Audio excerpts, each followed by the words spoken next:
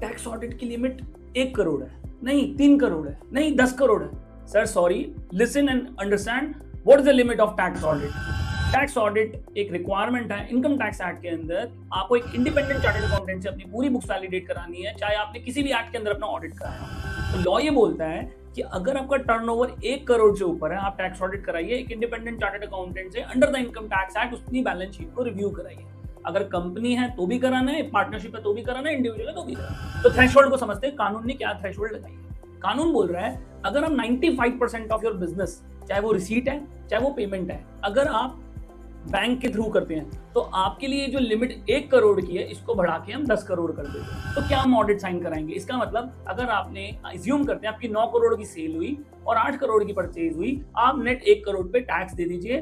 कोई ऑडिटर आपकी बुक्स नहीं रिव्यू करेगा, अज्यूम कर लिया जाएगा कि आप बिल्कुल ठीक बुक्स बना रहे हैं। हाँ, अगर आपका कल डिपार्टमेंट चाहे तो 9 करोड़ से आपसे एविडेंसेस मांग सकता है सेल के और 8 करोड़ के एविडेंसेस मांग सकता है परचेज के, but it does not want an auditor. तो प्लीज ध्यान रखिएगा कि आपके केस में टैक्स ऑडिट की एप्लीकेबिलिटी कैसे बन रही है। और वीडियोस को जानने के लिए हमारे चैनल को सब्सक्राइब कीजिए। Thank you.